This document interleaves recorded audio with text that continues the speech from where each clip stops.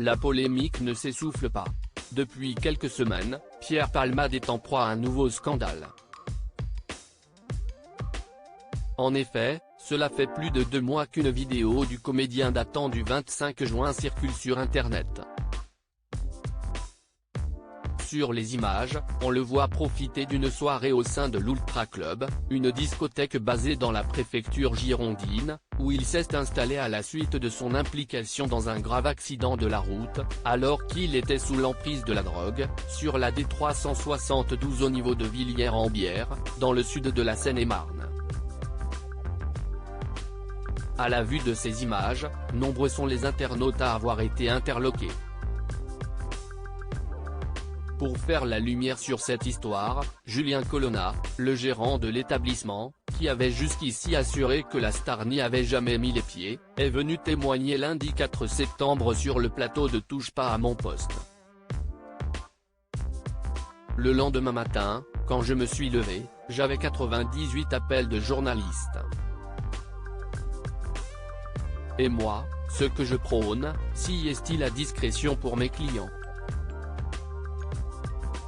Donc la première chose que j'ai dite, si est-il qu'il n'était pas présent, a-t-il commencé par annoncer. Et de poursuivre pour justifier son mensonge initial, si j'avais dit oui, il était là, on m'aurait accusé de vouloir faire le buzz.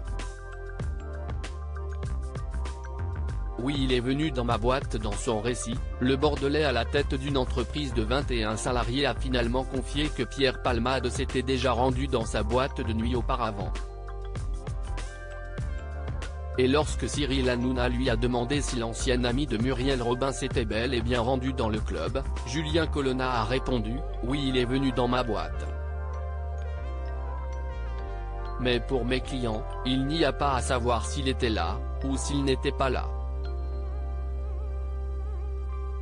Dans la suite de l'entretien, le patron a confié que Pierre Palmade n'avait consommé que 2 verres d'alcool, mais pas de bouteille.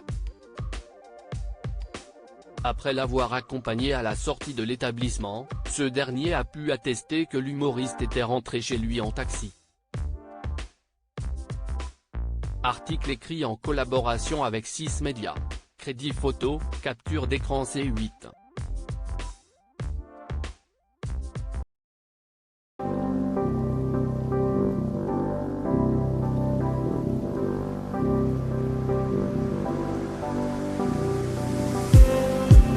Just